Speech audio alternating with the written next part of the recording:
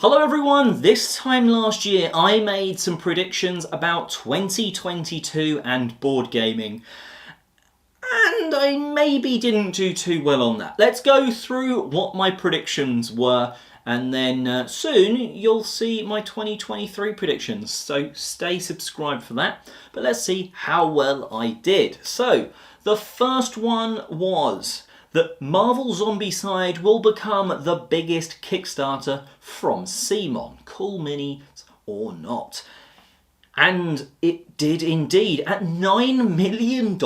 I mean, it blew some of the rest out the water. It was effectively as good or as big as like Zombicide, Green Horde and Rising Sun combined.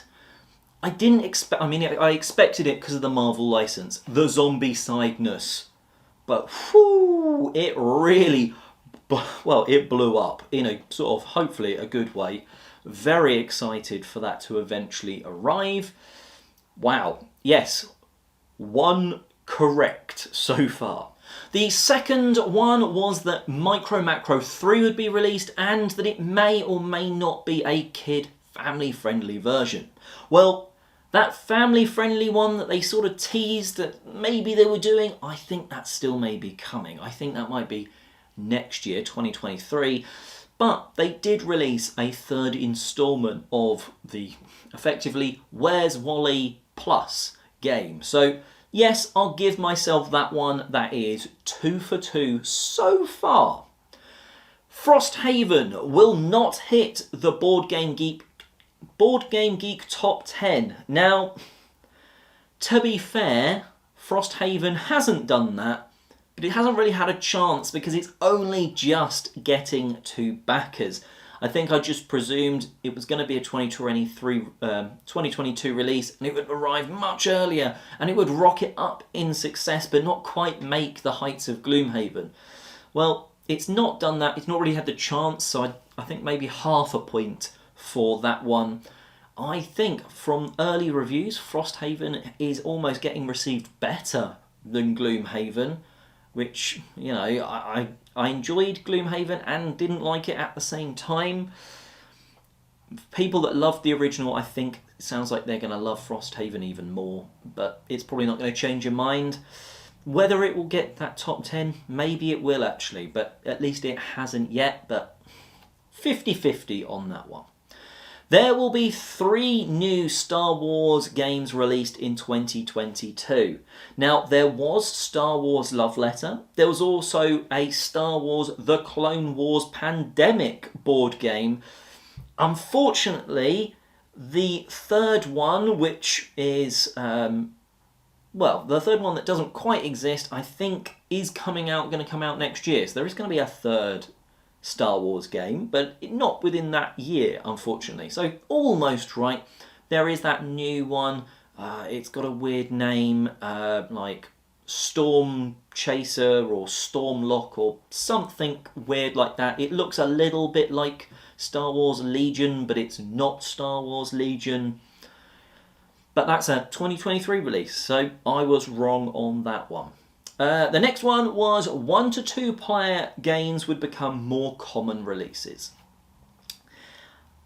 I think more commonly, pretty much every big release, or most big releases, is getting a solo mode.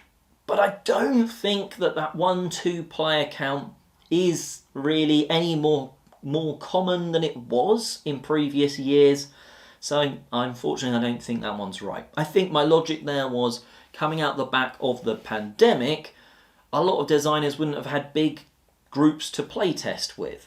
But it feels like they got round that, maybe sort of in smaller groups that they could meet in, or virtually, or whatever. And games have still been produced. It seems like, you know, it's not actually been affected in that sort of way. Another one of the predictions I made was that a big video game crossover would occur. And I put e.g. Skyrim, Assassin's Creed, etc.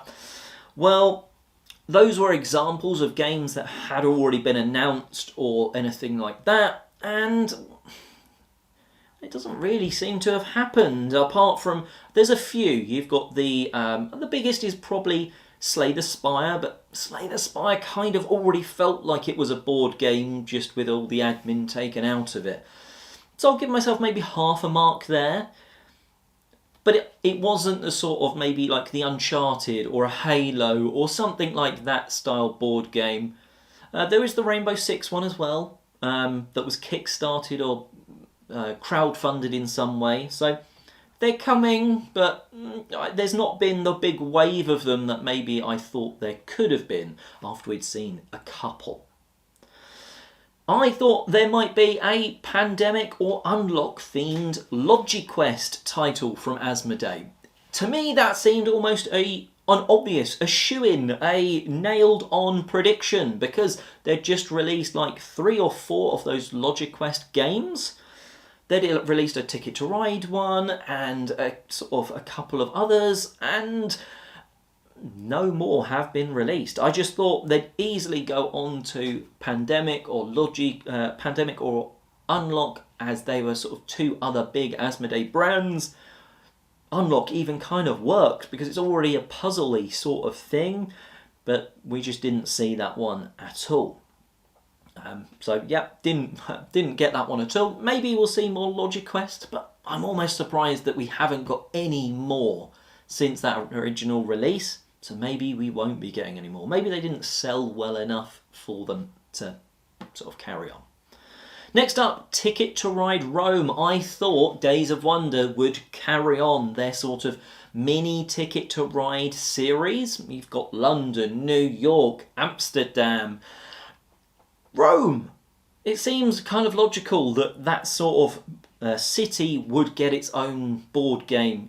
I've seen like Ticket to Ride London in stores in London for you to buy as a tourist or whatever. I'm surprised that there's not sort of a Rome one. There's many other cities, but that was my guess at the next one, and there just hasn't been another one. So, bit of a fail there. Another fail is that I said there might be a Harry Potter, Marvel or Star Wars themed roll and write. And actually, the more I've thought about that one, the less likely I think it's going to have been. I think it was more a hopeful, this would be cool. But actually, if you think about it, roll and writes are often small. They're often cheap. And you get a license on top of that, and all of a sudden a £15 or $15 game is £20 or $20 because of that sort of licensing tax, sort of the amount they have to pay to get the license. So maybe it does make sense that that's not maybe quite happened, because roll and writes are a genre where the theme doesn't normally matter too much, and to be paying a lot of money for a theme that you're not then using much, yeah, maybe that was a silly idea. Oops. And last but not least, I said that 2022 would be the year of the sequel and expansion rather than reprint or original.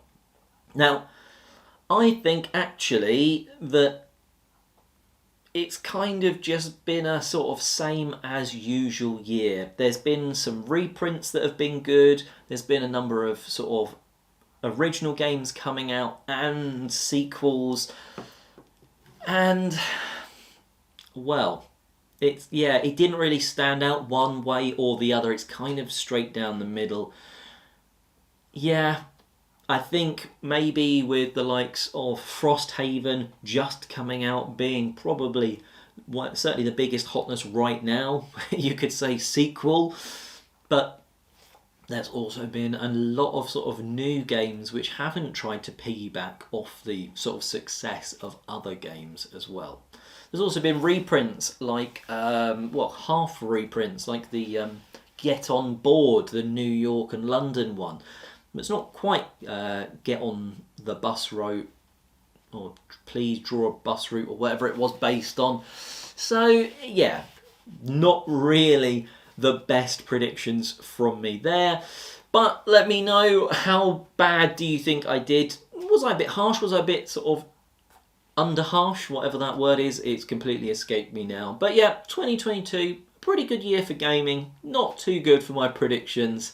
And I'll see you in a couple of days probably for my predictions for 2023.